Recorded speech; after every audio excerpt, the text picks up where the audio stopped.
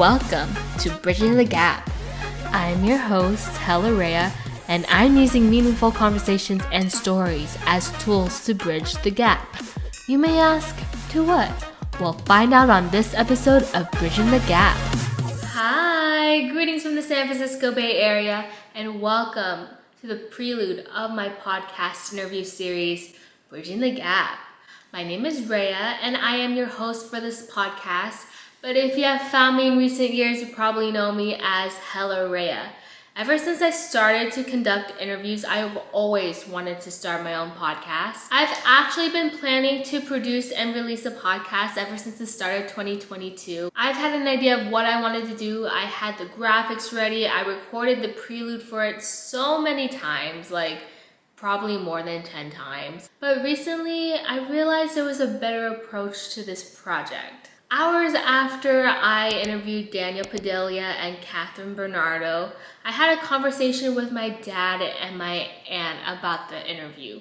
They've realized I've always used this bridging the gap question that I've used on certain artists, and they asked me, why do you use that certain one, and why is it the same wording? After I reflected and rewatched all my interviews that had that bridging the gap question, I realized I was trying to bridge the gap. You might ask, bridge the gap between what? Well, to illustrate why I've been trying to bridge the gap, let me introduce my story. I am a 23-year-old Filipino American from the San Francisco Bay Area. I was born in Hayward, raised in Pleasanton, California. My early memories of growing up in Hayward were being around family 24/7. You know, the way Filipino parents save money on babysitting is asking their parents to watch their kids while they're going to work. As my dad was running his dental practice with the help of my mom, I was always with grandparents, aunts, uncles, cousins during those 9 to 5 work hours. It took a village for my siblings and I to be taken care of because, fun fact, my brother is autistic. So a lot of family members helped my mom and dad navigate through our new normal. Since we were always with our immediate relatives, my siblings and I were so immersed in the Filipino culture. My grandparents on both sides would try to teach us Tagalog, but my sister and I were not motivated to learn the language whatsoever. But looking back, it would have definitely helped right now. But other than that, being around so much family gave me a sense of the Filipino culture. But when I was 5 years old, my family moved to Pleasanton, which at the time was a predominantly white city. If you have never heard of Pleasanton, it's a suburb 50 minutes away or 30 miles southeast of San Francisco. And while I was attending school, I realized I didn't have someone around me that shared the same experience. There were some Filipinos that would come and leave Pleasanton. In my elementary school batch, there were only 3 other Filipinos, but it was so hard to try to find someone that could relate to your experiences. For my family, we would have to travel outside of Pleasanton to participate in the usual gatherings and annual celebrations like the Santo Niño fiestas. But when I was 10 years old, I was exposed to and participated in Filipino folk dancing. My cousin, sister, and I danced the subli and itik-itik, and during that time, I also discovered the nickling. Those events were one and done, and I didn't really think much of folk dancing until high school. My high school years gave me the opportunity to connect with other Filipinos because being involved in spaces like church choir, youth group, confirmation, dancing and choreographing the tinikling for my high school's multicultural celebration week led to all of us being able to connect with our roots. But having the opportunity to choreograph the tinikling led me to learn more about Filipino history on a whole other level. Other than reading about the On Death March in a small paragraph in a world history book, I would attend these UC Davis college recruitment events. In addition to showing high school students how to apply for colleges, they stressed the importance of overlooked Filipino American history. They highlighted crucial overlooked events like the Coney Island Human Zoo, the I-Hotel, Manong Itliang, and the Delano Farm Workers Movement through intense simulations. They also hosted expressive workshops, so every year I would attend the nickling workshop and I would use what I learned from the college students and applied it to the act our dance troupe made for that year. Showcasing traditional modern tinikling not only helped me and those participating in tinikling to connect with the Filipino roots and our culture, but also brought awareness to the whole student body. It became a fan favorite and a closing act, and a lot of people would be like, oh my gosh, like that tickling dance was so cool. Even though a lot of people couldn't pronounce the tinikling correctly,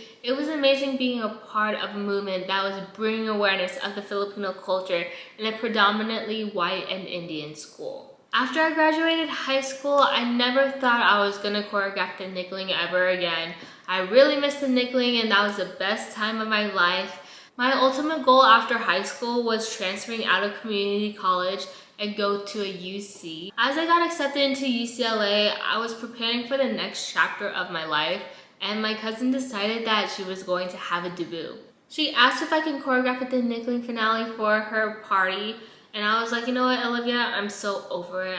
I'm not gonna do that. I'm just kidding. Like, I said yes. I came out of retirement and I was choreographing the tinikling for my cousin's debut. With the short amount of time we had to prepare for the party, it was a challenging task to complete. Like, seriously, how do you coach 16 teenagers who have never seen tinikling or have never danced between the bamboo sticks at all in their life to become proficient at a complex folk dance in less than 3 months? So many people had doubts whether or not we could pull it off, and then all of a sudden we danced it and then it went viral. Who knew that out of all the modern tinikling projects that are on the internet, the tinikling choreography that I made on my Lola and Lolo's lawn to Sweetie's My Type would get recognition? As the modern tinikling performance was getting a lot of traction on the internet, it brought a lot of people from different cultures and different backgrounds together.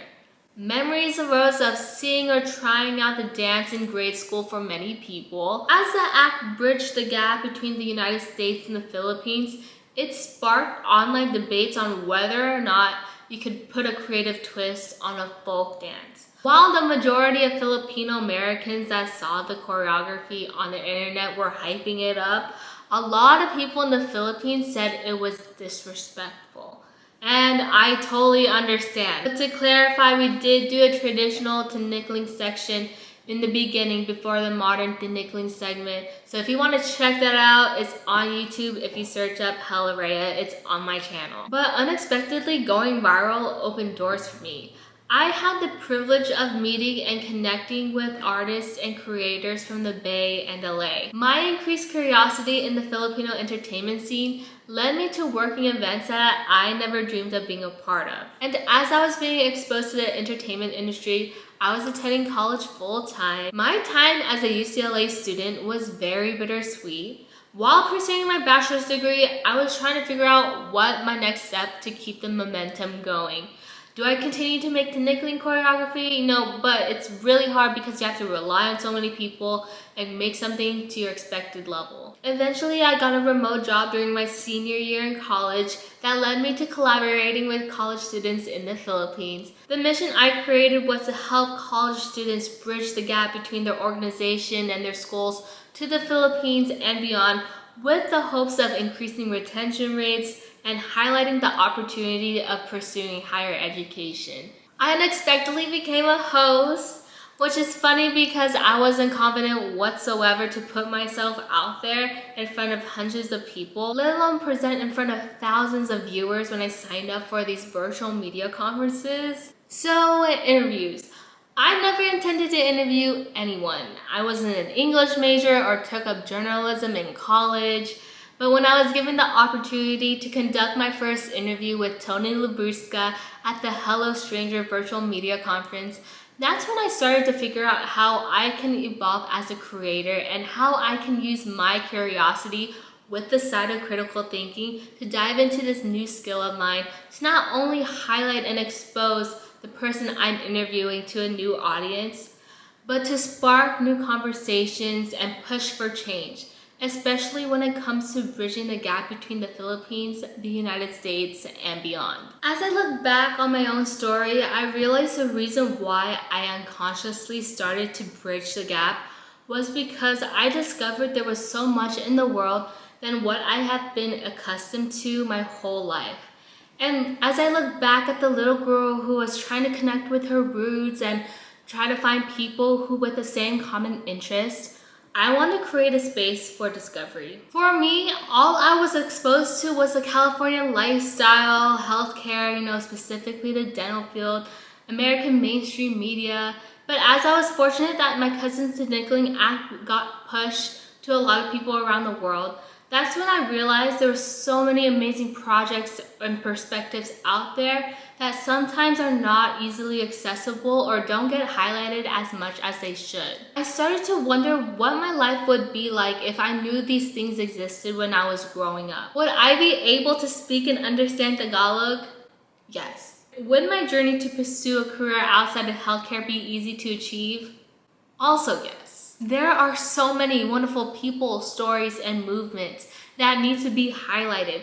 I met so many wonderful people these past 3 years where I thought, where have you been? Or why weren't you in my life when I needed you? With Bridging the Gap, I want to create an outlet where stories can be told and help listeners create their own unique story. Whether it can help someone make big moves in their lives or expose a listener to new interests or a different person, or even show that it's okay to create your own life journey that's so unconventional, I hope Bridging the Gap will increase awareness on different levels with so many different topics. Especially with Filipinos in their element, I believe that sharing these stories can push for more representation, exposures, and inclusivity. At the moment, you see people who identify as being Filipino Americans killing it in music or making cameos in big projects. But what about all those amazing and hardworking people back in the Philippines? Sure, you have TFC and they've done amazing bringing their artistas to the United States, the Middle East, Europe, Korea, so many other places. But that's not enough. I hope and pray this podcast can expose listeners to so many talented people. Whether they have shared their talents in the spotlight or they're just starting off, I hope it brings awareness that there's more than just Apple Diab, her, Sweetie, Bruno Mars, or Vanessa Hudgens, or Olivia Rodrigo. In order to show that our craft and our stories need to be seen and heard, we have to uplift everyone, whether they're very famous or not. But even outside being Filipino, the Filipino culture, and entertainment, I want to highlight inspiring individuals who participate in different fields. The reason why this is important for me is because I wonder what would have happened if I was exposed to the options the world gives you back in grade school. Who knows? I could have been like Joseph and be a carpenter because, fun fact, I love building furniture. But anyways, I believe Bridging the Gap will provide listeners with the knowledge on certain paths that are available to them and push them to be someone that they aspire to be, not someone that outside influences force them to be. To sum it up, my mission with Bridging the Gap is to increase awareness on different levels on so many different topics. Using my behavioral science degree, I found that people raised in different generations and different places of the world tend to hold different perspectives on topics because of the gap in cultural understanding between them. In order for people to understand each other and for society to progress as a whole, hosting meaningful conversations can and will lead to bridging the gap. Well, this concludes the end of the prelude. I really don't know how to end these things because I really don't listen to podcasts. But I hope you guys stay in tune for Bridging the Gap. For updates, follow this podcast on Spotify and Apple Podcasts. Follow me on Instagram at Reya and my interviews account at Hella Interviews. You'll get more updates on Bridging the Gap at Hella Interviews. Subscribe to my YouTube channel at Reya. I'm leaning towards pre-recording these interviews, but if you want to see a live interview with someone special, let me know. Till then, be courageous. See you there.